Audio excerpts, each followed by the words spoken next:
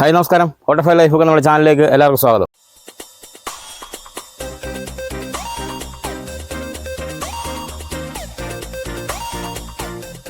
ഇന്നത്തെ പരിപാടി എന്ന് പറഞ്ഞാൽ ഒരു ബീഫ് കറിയാണ്. അപ്പോൾ ഈ 90 കിഡ്സിനൊക്കെ അറിയാം, പണ്ട് നമ്മൾ ബീഫൊക്കെ വാങ്ങിപ്പോൾ എല്ലാവരും വരുമ്പോഴാണ് നമ്മൾ ബീഫൊക്കെ വാങ്ങിക്കുന്നത്. എല്ലാവരും അത്രയും പൈസ ഒന്നും എടുക്കാൻ എല്ലാ സമയത്തും വല്ലപ്പോഴൊക്കെയാണ് ബീഫ് വാങ്ങിക്കുന്നത്. അപ്പം എല്ലാവർക്കും തികയാനൊക്കെ പാട് വരുമ്പോൾ 1 കിലോ ഇറച്ചി വാങ്ങിച്ചാൽ നമ്മൾ അതിൻ്റെ അത് കിഴങ്ങൊക്കെ ഇട്ട് ഒരു ബീഫ് കറി വെക്കുമായിരുന്നു. അപ്പോൾ ആ 90s കിഡ്സിനെല്ലാം അറിയാം അങ്ങനെ ഒരു കിഴങ്ങൊക്കെ ഇട്ട് വെച്ച് ബീഫ് കറി. അപ്പോൾ നമ്മൾ ആ ഒരു രീതിയിൽ നമ്മുടേതായുള്ള വ്യത്യാസങ്ങളൊക്കെ വരുത്തി ഒരു കിഴങ്ങൊക്കെ ഇട്ട് നമ്മുടെ പൊട്ടറ്റോ ഇട്ടുള്ളൊരു ബീഫ് കറിയാണ് നമ്മളിന്ന് ഉണ്ടാക്കുന്നത്. അതെങ്ങനെയാണ് ഉണ്ടാക്കുന്നത് നമുക്ക് നോക്കാം. അപ്പോൾ നമ്മൾ 1 കിലോ ബീഫ് എടുത്തിട്ടുണ്ട്. നമുക്ക് ആദ്യം കുക്കറിലിട്ടൊന്ന് വേവിച്ചെടുക്കാം. നമുക്കതൊന്ന് വേവിച്ചെടുക്കാൻ വേണ്ടി ശകലം ഉപ്പിട്ട് കൊടുക്കാം, ശകലം മഞ്ഞൾ പൊടി ഇട്ട് കൊടുക്കാം. നമുക്ക് മൊത്തത്തോടെയുള്ള കുറച്ച് ചെറിയ ഉള്ളി അതിൻ്റെ കൂടെ ഇട്ട് കൊടുക്കാം. ഒരു 4-5 പച്ചമുളക് ഇട്ട് കൊടുക്കാം. കുരുമുളക് പൊടിയും കൂടി ഇട്ട് കൊടുത്ത് നമുക്ക് ഒന്ന് വേവിച്ചെടുക്കാം.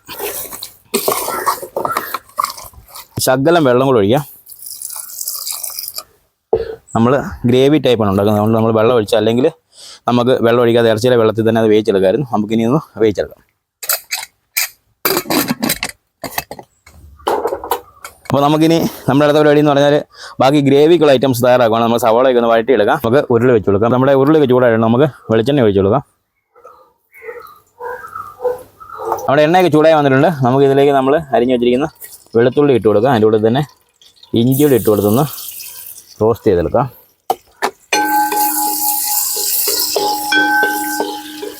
ഇഞ്ചിയും വെളുത്തുള്ളിയും മൂത്ത് വന്നിട്ടുണ്ട്. ഇനി നമ്മൾ അരിഞ്ഞു വെച്ചിരിക്കുന്ന സവോള നമുക്ക് ഇട്ട് കൊടുക്കാം. അതുകൊണ്ട് തന്നെ നമ്മൾ അരിഞ്ഞു വെച്ചിരിക്കുന്ന ചെറിയ ഉള്ളിയും കൂടെ ഇട്ട് കൊടുത്ത് നമുക്ക് നല്ലപോലെ വഴറ്റിയെടുക്കാം. നമുക്കിതൊന്ന് വഴന്ന് കിട്ടാൻ വേണ്ടി ഒരു ശകലം ഉപ്പ് ഇട്ട് കൊടുക്കാം.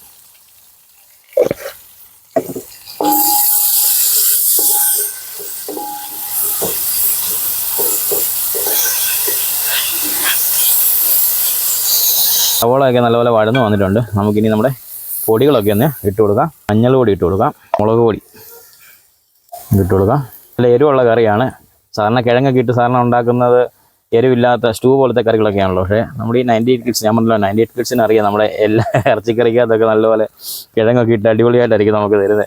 അപ്പോൾ കിഴങ്ങും കഷ്ണം ഇടുമ്പോഴത്തേക്ക് ഒരു 1-2 കിഴങ്ങിൻ്റെ കഷ്ണം കാണും, അതിൻ്റെ കൂട്ടത്തിൽ ബീഫിൻ്റെ കഷ്ണം കാണും. അപ്പോൾ എല്ലാവർക്കും തികയുകയും ചെയ്യും, ആർക്കും ഒന്നും പറയാനും പറ്റത്തില്ല. പൊടി ഇട്ടിട്ടുണ്ട്. നമുക്കിനി കുറച്ച് മസാലപ്പൊടി ഇടാം. ഗരം മസാലയാണ് നമ്മളിടുന്നത്. നമ്മൾ പൊടിച്ച് വെച്ചിരിക്കുന്ന ഗരം മസാല ഇട്ടിട്ടുണ്ട്. നമുക്ക് കുറച്ച് മല്ലിപ്പൊടി ഇട്ട് കൊടുക്കാം. ബീഫ് കറി ആകുമ്പോഴത്തേക്ക് മല്ലിപ്പൊടിയാണ് അതിൻ്റെ മെയിൻ. അപ്പോൾ മീറ്റ് മസാലയും കൂടി ഇട്ട് കൊടുക്കാം. നമുക്കൊന്ന് റോസ്റ്റ് ചെയ്തെടുക്കാം.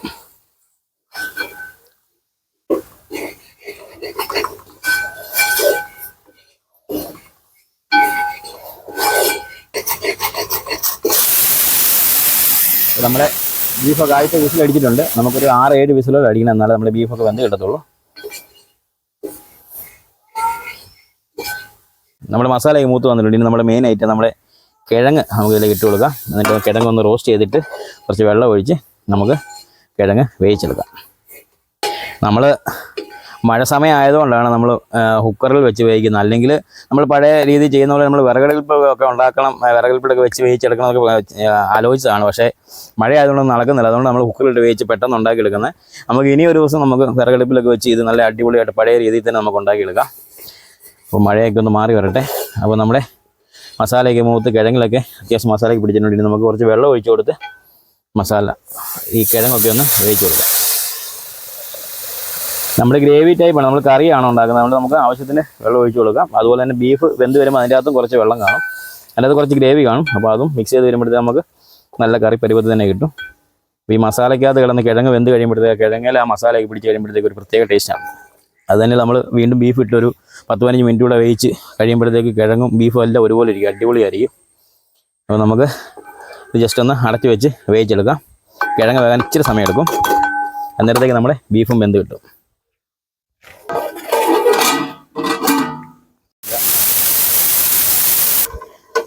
ഗ്രേവി ഒന്ന് ഇളക്കി കൊടുക്കാം. നമുക്ക് അടച്ചു വെച്ച് തന്നെ വേവിക്കാം.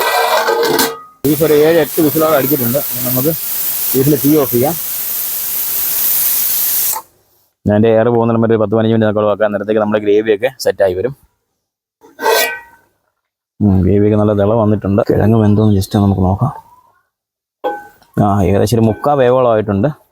അപ്പം ഇനി നമുക്ക് തുറന്ന് വെച്ച് ശകലം വേവിക്കാം. എന്നിട്ട് നമുക്ക് ബീഫ് ഇട്ട് കൊടുക്കാം. നമുക്കിനി ബീഫ് ഇട്ട് കൊടുക്കാം.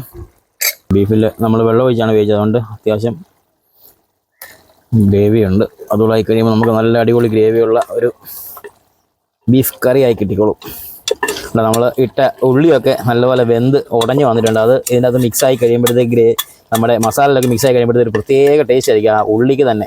കാരണം നമ്മൾ ഈ ചുവന്നുള്ളിയൊക്കെ ഇടുന്നതിൻ്റെ മെയിൻ ടേസ്റ്റിനാണ്, ചുവന്നുള്ളിയാണ് പ്രത്യേക ടേസ്റ്റ്. സവോളയെക്കാളും ടേസ്റ്റ് ചുവന്നുള്ളിയാണ്. ഇതിപ്പം നല്ലപോലെ ഉടഞ്ഞതുണ്ടോ, ഉടഞ്ഞ് ഇതിൻ്റെ അകത്ത് വെന്ത് ചേർന്ന് കഴിയുമ്പം നല്ല അടിപൊളിയായിരിക്കും. മസാലയും കൂടെ ഒക്കെ പിടിച്ച് കഴിയുമ്പോഴത്തേക്ക് ഇനി നമുക്ക് ജസ്റ്റ് ഉപ്പൊന്ന് നോക്കാം. ഉപ്പ് നോക്കിയിട്ട് ഉപ്പൂടെ ചേർത്ത് കൊടുക്കാം.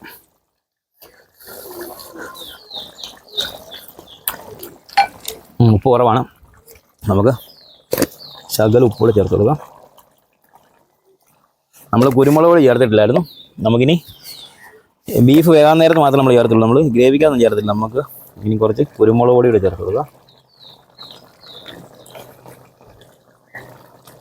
ഒരു ശകലം ഗരം മസാലയും കൂടെ ചേർത്ത് കൊടുക്കാം. അതുപോലെ ഒന്ന് മിക്സ് ചെയ്തെടുക്കാം.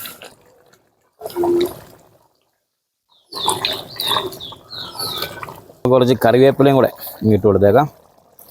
ഇനി നമുക്കൊരു 10 മിനിറ്റ് വേണ്ട, ഒരു 5-8 മിനിറ്റ് നമുക്കൊന്ന് അടച്ച് വെച്ച് വേവിക്കാം. അപ്പം ഈ ബീഫിലേക്ക് നമ്മുടെ മസാലകളും എല്ലാം ഒന്ന് പിടിച്ച് ആ ബീഫിൻ്റെ ആ ടേസ്റ്റും എല്ലാം കൂടെ ആ കിഴങ്ങിലോട്ടൊക്കെ ഒന്ന് പിടിച്ച് ഒന്ന് റെഡിയായി വരട്ടെ. നമുക്കൊന്ന് അടച്ച് വെച്ചൊരു 5-8 മിനിറ്റ് വേവിച്ചെടുക്കാം. കിഴങ്ങൊക്കെ അടിപൊളിയായിട്ട് വെന്തു, അത് പുട്ട് പരുവത്തിൽ വെന്തു. ഇനി അധികം ഇളക്കിയാൽ കിഴങ്ങൊക്കെ പൊടിഞ്ഞു പോകാൻ സാധ്യതയുണ്ട്. നമുക്കൊരു 2 മിനിറ്റ് ഒന്ന് തുറന്ന് വെച്ചുകൂടെ ഒന്ന് ചെറു തീയിൽ ഒന്ന് ജസ്റ്റ് ഒന്ന് വേവിച്ചെടുക്കാം. അന്നേരത്തേക്ക് ഗ്രേവിയൊക്കെ ചെറിയതായിട്ടൊന്ന് പോരും. നമ്മൾ ഗ്രേവി ആയിട്ടാണ് ഉണ്ടാക്കിയത്, പക്ഷേ എന്നാലും ചെറിയൊരു കുറുക്കം കൂടെ കിട്ടും ഗ്രേവിക്ക്.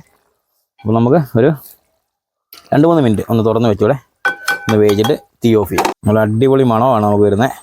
നമ്മുടെ കറിയൊക്കെ വെന്ത് നല്ല അടിപൊളിയായിട്ടുണ്ട്. നമുക്കിനി തീ ഓഫ് ചെയ്യാം. നമ്മളൊരു 1 കിലോ ബീഫ് കൊണ്ട് ഒരു 1.5 കിലോയ്ക്ക് അടുത്തുള്ള കറി നമ്മൾ ഉണ്ടാക്കിയിട്ടുണ്ട്. ഗ്രേവി, കിഴങ്ങും ഉള്ളി സവോളയൊക്കെ ഇട്ട് ഒരു 1.5 കിലോ കറി ആക്കി എടുത്തിട്ടുണ്ട്. അപ്പം എല്ലാവർക്കും അറിയാം, പഴയ ആൾക്കാർക്ക് ഇത് കാണുമ്പോഴേ അറിയാം, ഇത്രയും 1 കിലോ ഇറച്ചി കൊണ്ട് 1.5 കിലോ ഇറച്ചിക്കറി നമ്മളുണ്ടാക്കി. ഒരു പൊട്ടറ്റോയും